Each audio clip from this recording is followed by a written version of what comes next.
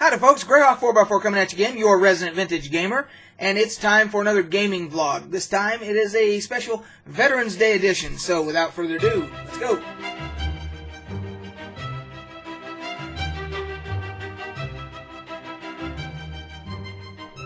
So let's start off with saying Happy Veterans Day to all my fellow veterans. I'm an Army veteran of 5 years. I have a lot of friends that have served. I have family that have served. So Happy Veterans Day to everybody out there. If any of my viewers are veterans, Happy Veterans Day to you as well. So it's time for a gaming vlog. We haven't done one of these in a while. It's actually been a couple weeks since I did a video, and I wanted to apologize for that. I had a lot of stuff going on. Every time I'd sit down to do a video, something would happen, where it took my attention away, and so it just didn't happen. So there was a YouTuber who I follow, who will remain nameless, because I'm not trying to troll or stir anything up or anything like that. But they had said, never apologize when you go for a while without making videos. And I don't remember what the reasoning was behind it, but I don't agree with that. I think that if I have 680 people out there that are subscribed to my channel, and I know that you all don't watch all my videos and so forth, but you guys took the time to subscribe, and with the expectation that I'm going to deliver some content on a fairly regular basis, and here it's been 2 weeks since I did a video. So I feel, in my opinion, that warrants an apology, and I will most certainly try to do better. I think it's the first time I've gone for 2 weeks without doing a video in several years.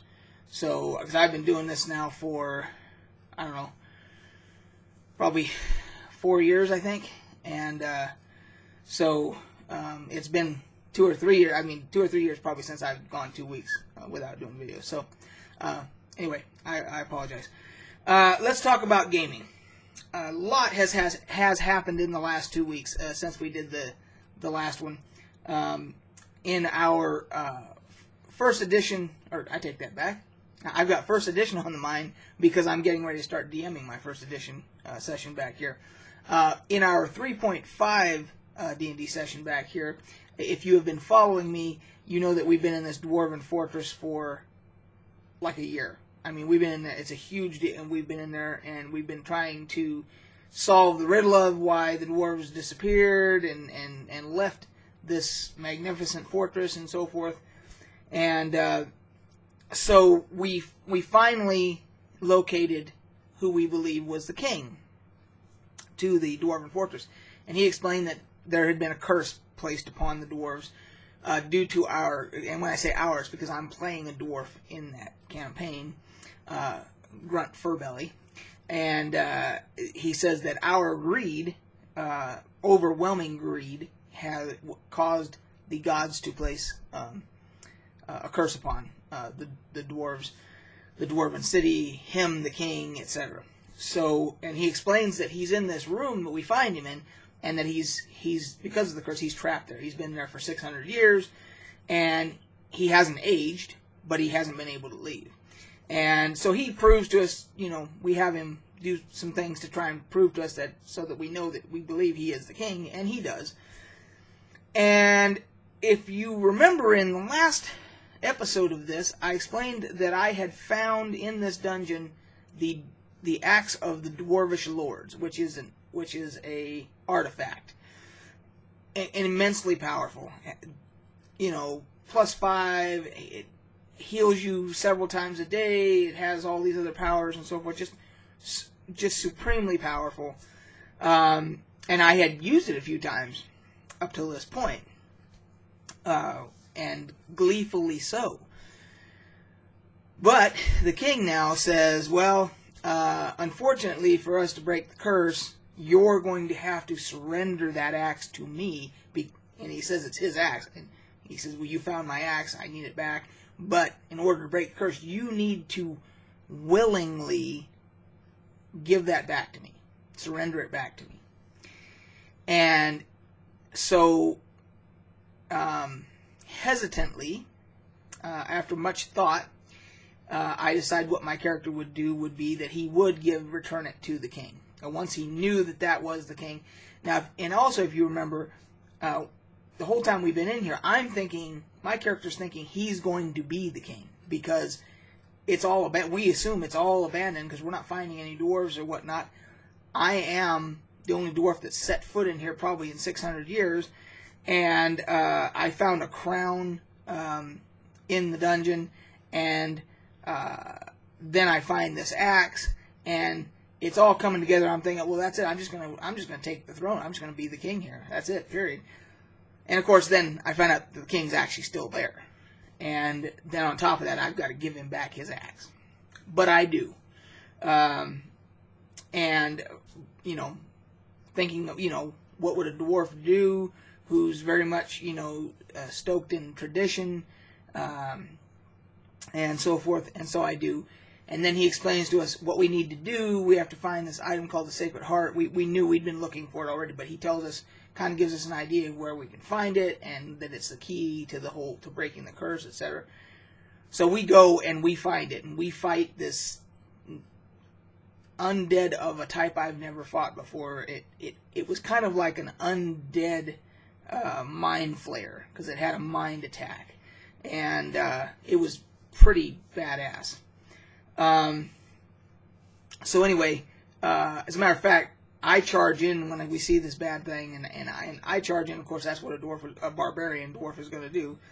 I charge in there, and of course, this thing takes me down, starts leeching my brain, telepathically or whatever, and just takes me down out of the fight. But anyway, in the end, we end up defeating it, and we solve the riddle to get to the Sacred Heart.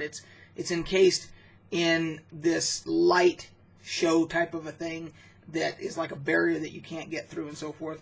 And luckily, one of our party members, who happens to be a magic user, does a detect magic and figures out that it's an illusion, and so we are able to get it that way. And it's this giant ruby, this big. It's like bigger than the size of your head, the DM says. And we take it back to the king, and we return it to him, and we think, awesome, curse is broken and everything else. And he proceeds to quickly take that ruby, set it down, and take his axe of the Dwarvish Lords and smash that frickin' ruby into a million pieces. And that breaks the curse. And it's obviously symbolic, because that ruby represents immense greed, because who knows what it was worth and everything else. And so the act of me surrendering my axe to the king was an act of selflessness, and then the same thing with him smashing the ruby. And it breaks the curse, because then he's able to leave the room. So to wrap things up then, he basically bestows upon all of us whatever, wealth and so forth. He gives me a title, tells me I can bring my clan to the city. They can now return to the Dwarven city and so forth. And that kind of wraps up my storyline there in this campaign. And so now we're at the crossroads of what we're going to do now about what more of the world we're going to explore and that type of thing. But it also kind of feels like a natural pausing or stopping point.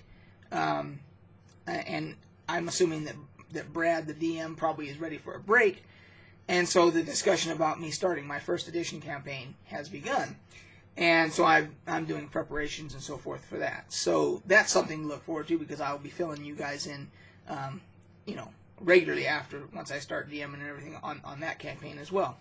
Then on our Pathfinder campaign, when we meet every 2 weeks, we are still in search of these mystical stones that kind of, when you touch them, they give you visions, like a nightmare type vision, type dream type of a thing.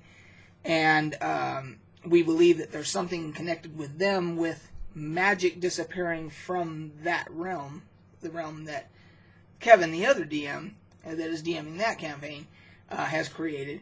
And we're trying to solve why magic is disappearing from the realm, and we think these stones have something to do with it. So we're in search of them, And we find a city that we believe may hold one of these. And when we arrive there, we find out that there's an excavation going on right in the town, that they have found some type of a tomb. And it has been affecting people and so forth. And so we volunteer to go in there and investigate it, because we want to do that anyway. And we enter, and the DM has a series of puzzles and challenges that we have to get through to finish this dungeon, for lack of a better term. And some of them were kind of crazy. I mean, he had one puzzle where you walk in and you're in a room, and as we walked in, one of our party members was teleported across the room and is put on a table, and there are saw blades pointing at his neck. And we quickly realized that as you step, there are these symbols on the floor, and if you step in the wrong one, certain things happen, kind of like Indiana Jones type of a deal. And so we have to figure out the pattern to get safely to the other side to rescue him before he's killed. And in the meantime, what's doing this to us, what's putting us through these challenges, are these two competing god-type creatures, like demigods of the realm, who do this, I'm assuming, for their amusement. And one of them is asking riddles to the character that is on the rack with the saw blades, and every time he answers incorrectly, the blades get closer. So we realize that we, have a limited amount of time to get across to him to save him, and but in the meantime, every time you step on the wrong thing, like if you step on one, a succubus appears, and then she starts to attack and so forth. If you step on another one, and you're healed. You step on another one, and you get teleported. You step on another one, and you swap places with another character, or whoever's on another stone or whatever. So it's quite the puzzle to get across. And me being the rogue, somehow, I can't remember how, but I get across all the way over to our buddy, and I'm trying to figure out how to disable this saw thing or whatever, and there's no way that I can find to disable it. So I decide that I'm going to take my mithril shirt off and wrap it around his neck as protection, just in case the saw blades start getting close, to buy us some more time. And then I figure out, after everybody else has been fighting the succubi and dealing with all the other challenges of stepping on these stones, I kind of realize, and there's handprints on the table there where our buddy is, and I put my hand on it, and it lights up, and I say, okay, I take my hand away, and it stays lit up. And then right then I knew, okay, I get it. Because there's the one stone that if you step on, you swap places with somebody else, and I think it's random. My idea is, okay, we've got to have people step on those, and hopefully they'll switch places with me. Then they can put their hand on, take their hand off, and rinse and repeat until we get everybody teleported there to do that. And once you do that, hopefully it'll stop this. And that would work, but we ended up getting everybody across. Anyway, they started just running across or whatever, we get it stopped. And so that was just one of the challenges. There were many others, and that was a really fun night, because we managed to get through all these challenges, but it was taxing, to say the least. So that's what's going on. And at the end, we didn't find the stone. There was no stone in this particular tomb. So that was kind of just for their amusement of these demigods or whatever. So anyway, that's where we're at on the Pathfinder thing. On the video game front, I have been playing like crazy the Skyrim Special Edition remastered version. I'm back into that, wholeheartedly. I'm actually kind of taking a break from World of Warcraft while I'm playing Skyrim. I'll eventually go back to WoW and bounce around and everything, but right now it's all Skyrim. So that's going on. then lastly, I wanted to show this, and I'm really pleased in a couple different ways about this. This is the Volos Guide to Monsters for 5th edition that just came out. And this is the special edition cover that you could only get at your friendly local game store. You cannot get this cover through Amazon. And you say, oh, well, you know, it's just a cover, you know. Well, it is just a cover, but it's a beautiful, gorgeous metallic. It's got a metallic sheen to it and everything. And what you can't tell through the camera is they have used some kind of special material. Everybody that touches this thing says, holy crap, what is it? It feels like satin or velvet or something like that. And it actually feels so nice, and it's such a beautiful cover and everything, the artwork, and there's the back. I really wish they hadn't done, somehow they could have maybe done away with this and had, but I guess they had to have it, but it would have been really nice to not have that, but, you know, they probably had to have it. But there you can see the sheen of the look of the cover, and anyway, I was really pleased because, number one, this is a beautiful product, and I'll show you real quick inside here. See if we can find some artwork. They did this a little different. It's basically like the monster manual for 5th edition, or a monster manual for 5th edition, I should say. And so there's some of the artwork you can see there. So you got the, and there is the famous Mind Flayer right there. See if I can get that where you can see it a little better. And what they did was, in the beginning, it has Volo talking about different types of creatures in the realms and everything. And then later in the back part is when they get into all the stat blocks and everything for all the creatures. And in addition, they have an index in the front and in the back of where to find the stat blocks for a particular creature. So if you want to look up what Mind Flayer, you go and it'll tell you what page the stat block, if that's all you're looking for, is just the stats. It tells you how to quickly get to it and everything. It's a fantastic product. But I was really pleased because they did this special edition cover for the local game stores. Because, as we all know, they can't compete with Amazon on prices with the amount of power that Amazon has for buying. So people have been just buying their stuff through Amazon because it's so much cheaper. And by them doing something like this, it gives an incentive for somebody to go and buy it at the game store. Our local game store bought 15 of them, I think, and they sold them all. And that's $50 a piece. So, of course, they have a little discount. If you belong to their club, there's a discount and so forth. But regardless, let's say $50 a piece, you know, times 15. There you go. You know, that's I'm sure that's really good for them, for their business model, and helps them stay in business and so forth. Helps them compete. So I was really happy about that, and I hope that they do that in the future, that they continue to have exclusives for the game stores. Anyway, so I think that's going to do it for this edition of Gaming Vlog. If you have any questions, comments, whatever, put them down below. Click like, subscribe if you haven't subscribed, and so forth. And we will catch you on the flip side.